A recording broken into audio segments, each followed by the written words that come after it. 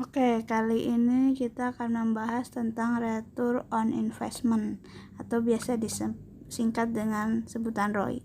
ROI ini adalah salah satu cara untuk mengukur kinerja yang paling umum pada suatu pusat investasi.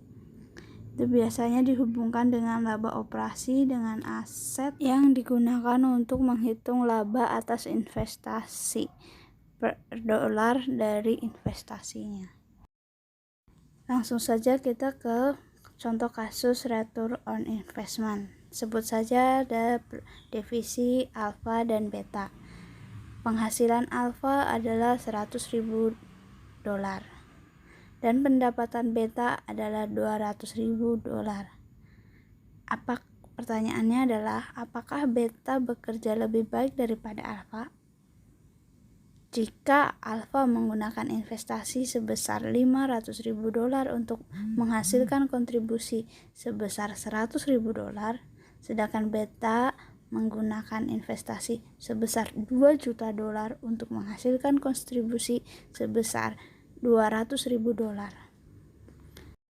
Nah, untuk menghitung besarnya return on investment yaitu adalah dengan cara membagi operating income dengan average operating asset.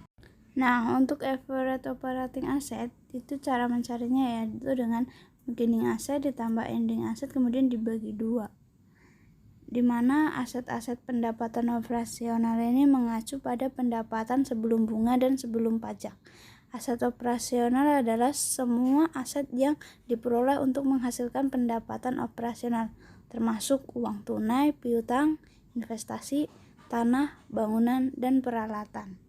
Oke, mari kita kembali lagi ke contoh dari kasus alfa dan beta, di mana cara kita mencari return on investment untuk alfa yaitu adalah dengan operating income alfa dibagi dengan average rata-rata aset alfa, yaitu hasilnya adalah operating income alfa sebesar 100.000 dolar sedangkan average operating income alfa sebesar 500.000 dolar yang akan menghasilkan return on investment untuk alfa sebesar 0,2.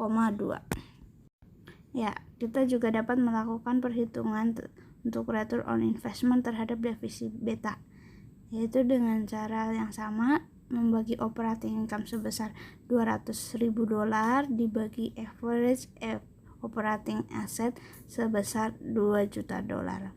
Itu akan menghasilkan ROI beta senilai 0,1. Oke guys, untuk selanjutnya kita akan membahas tentang margin and turnover, di mana tadi ROI adalah membagi operating income dibagi dengan rata-rata operating asetnya. Kemudian kita akan mengubah menjadi margin dan turnover. Margin ini adalah rasio pendapatan operasional terhadap penjualan. Sedangkan turnover ini adalah perbandingan antara penjualan dengan average operating asset. Nah, kali ini kita akan menghitung berapa besaran return on investment dengan cara yang kedua, yaitu dengan mengalihkan perbandingan antara margin dengan turnover. Ya, seperti rumusnya di atas ya, operating income dibagi dengan sales, kemudian kita kalikan sales dibagi dengan average asset, yang nanti akan hasilnya adalah return on investment. Oke, langsung aja kita ke contoh soal alfa, penjualan sebesar 400.000 dolar, yang kemudian kita akan mencari marginnya yaitu dengan membagi operating income sebesar 100.000 dolar dibagi dengan sales atau pendapatannya sebesar 400.000 dolar. Nah, itu akan menghasilkan margin sebesar 0,25 atau 1/4 ya. Nah, untuk menghitung omset atau turnovernya itu kita dapat membagi sales sebesar 400.000 dolar dibagi dengan average operating asset sebesar 500.000 dolar, yang hasil omsetnya itu adalah menjadi 0,8. Nah, jadi sehingga kita dapat ketahui nih di mana sih nilai ROI alpha tersebut, yaitu akan menjadi 0,2 dari 0,25 dikali dengan 0,8.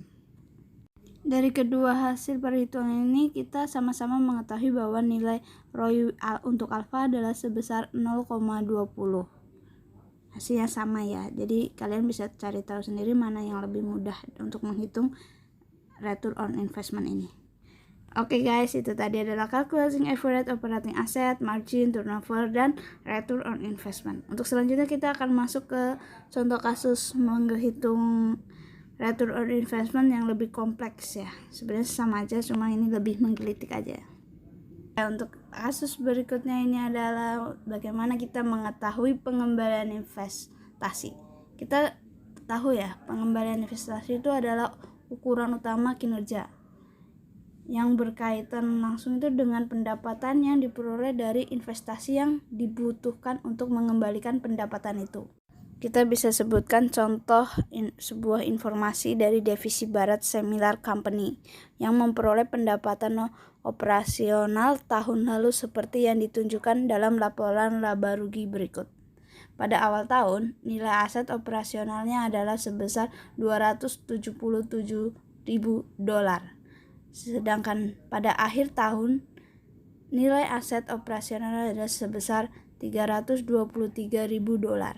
Dan yang dibutuhkan oleh divisi Barat ini adalah hitunglah beberapa hal berikut seperti aset operasional rata-ratanya, margin, omset, dan laba atas investasi.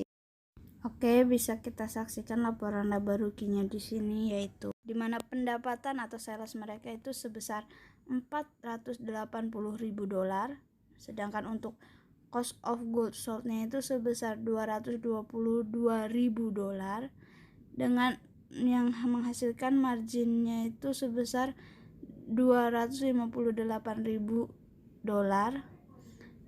Kemudian kita kurangi dengan selling dan administrasi expense-nya itu sebesar $210.000, sehingga ini akan menghasilkan operating income sebesar $48.000. Langsung saja ya kita cari tahu apa yang dibutuhkan oleh divisi Barat tadi, yaitu satu adalah average operating asset. Kita bisa cari dengan menjumlahkan beginning assetnya ditambah dengan ending assetnya, kemudian kita bagi menjadi 2. Itu akan menghasilkan nilai seperti pada yang tertera di sini, itu hasilnya sebesar $300.000. Sedangkan yang kedua itu untuk marginnya. Margin kita peroleh dari pembagian atas operating income dibagi dengan sales, senilai $48.000 dibagi dengan $480.000. Itu hasilnya adalah 0,110 atau dalam bentuk persennya itu 10%. Untuk selanjutnya itu kita mencari turnover. Kita dapat menemukannya dengan cara membagi sales atau pendapat mereka dengan average operating asset, yaitu senilai $480 untuk salesnya dibagi dengan $300.000, itu tadi aset yang di atas, itu hasilnya adalah 1,6. Dan untuk mencari nilai ROI-nya itu adalah margin dikali dengan turnover, itu 0,10 dikali dengan 1,6, hasilnya adalah 0,16 atau 16%. Untuk notes nih, kita juga bisa menghitungnya dengan cara yang pertama tadi yang di awal, yaitu ROI sama dengan operating income dibagi average operating asset. Hasilnya nanti akan sama saja dengan $48.000 dibagi dengan $300.000, hasilnya itu 0,16 atau 16%. Sehingga dapat kita simpulkan nih hasilnya, yaitu untuk aset operasi rata-ratanya sebesar $300.000, marginnya sebesar 10%, omset atau turnover sebesar 1,6, sedangkan laba atas investasi tersebut adalah sebesar 16%. Untuk apa sih kita menghitung pengembalian investasi tersebut? Itu kita bisa lihat di sini ada 3 keuntungan pengembalian investasi, di mana 1, mendorong para manajer untuk fokus pada hubungan antara penjual, pengeluaran, dan investasi, seperti yang seharusnya terjadi pada seorang manajer pusat investasi. Yang kedua, keuntungan yang kedua itu adalah ini mendorong para manajer untuk fokus pada efisiensi biaya. Dan yang ketiga itu mendorong para manajer untuk fokus pada efisiensi aset operasi.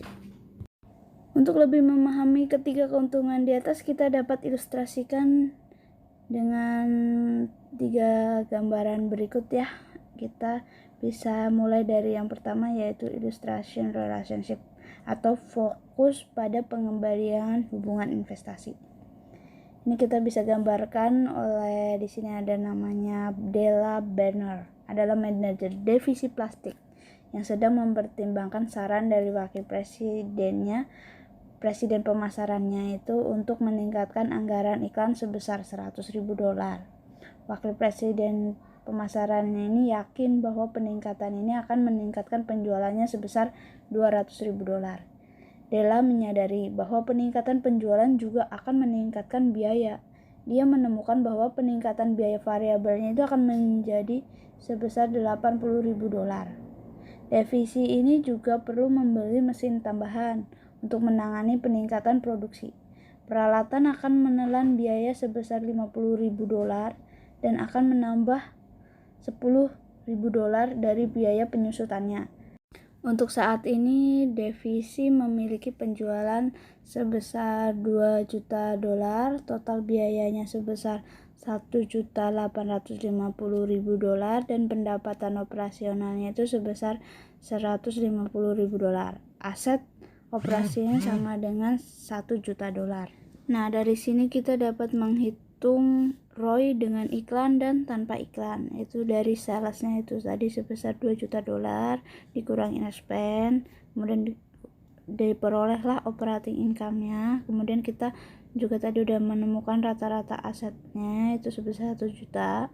Untuk itu kita bisa menghitung ROI dengan iklan ataupun tanpa iklan. Untuk dengan iklannya itu kita $150.000 dibagi dengan 1 juta, hasilnya 15%. Kemudian yang tanpa iklan itu $160.000 dibagi dengan 1 juta 50, itu hasilnya sekitar 15,24%. Jadi keputusan yang diambil adalah ROI tanpa iklan sebesar 15%, sedangkan ROI dengan iklan tambahan investasi sebesar 15,24%. Karena ROI ditingkatkan, maka Della memutuskan untuk mengotorisasi peningkatan iklan. Akibatnya, ROI saat ini tanpa proposal itu adalah tingkatan rintangan yang menunjukkan ROI minimum yang diperlukan untuk menerima investasi tersebut. Untuk keuntungan berikutnya itu kita fokus kepada biaya efisiensinya, yaitu kita ilustrasikan dengan contoh resesi yang merusak kinerja divisi, menambah pendapatan operasional yang diproyeksikan sebesar $200.000 ke pendapatan operasional aktual. Dari semester pertama menghasilkan pendapatan tahunan yang diharapkan sebesar $425.000.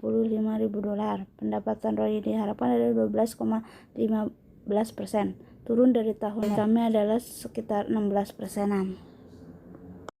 Dengan pengurangan biaya sebesar $150.000 untuk paruh tahun yang tersisa, pengurangan ini meningkatkan pendapatan operasional tahunan dari yang semula $425.000 meningkat menjadi $575.000.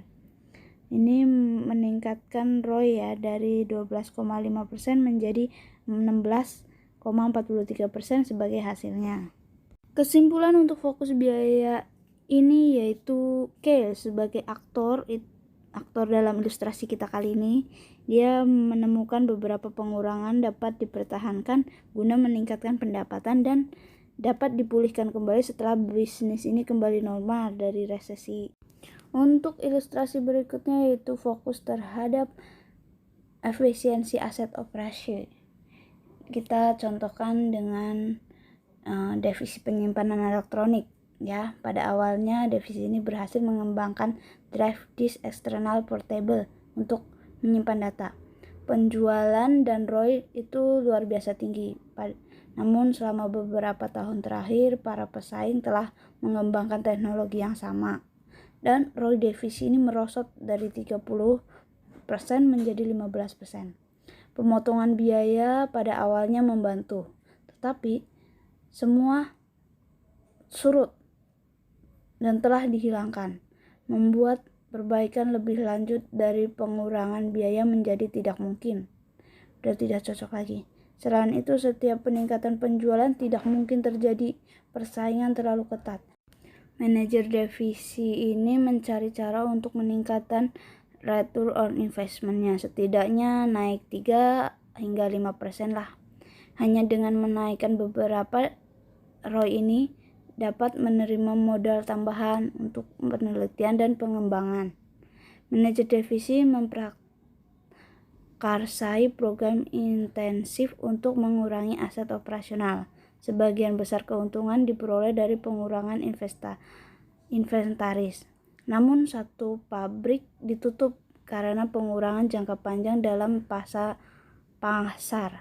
Dengan memasang sistem pembelian dan manufaktur yang tepat waktu, divisi ini dapat mengurangi basis asetnya tanpa mengancam pangsa pasarnya yang tersisa. Hasil akhirnya adalah peningkatan 50% dalam ROI divisi, dari 15 menjadi lebih dari 22%. Akhirnya pengurangan aset operasi ini berarti bahwa biaya operasional dapat diturunkan lebih jauh.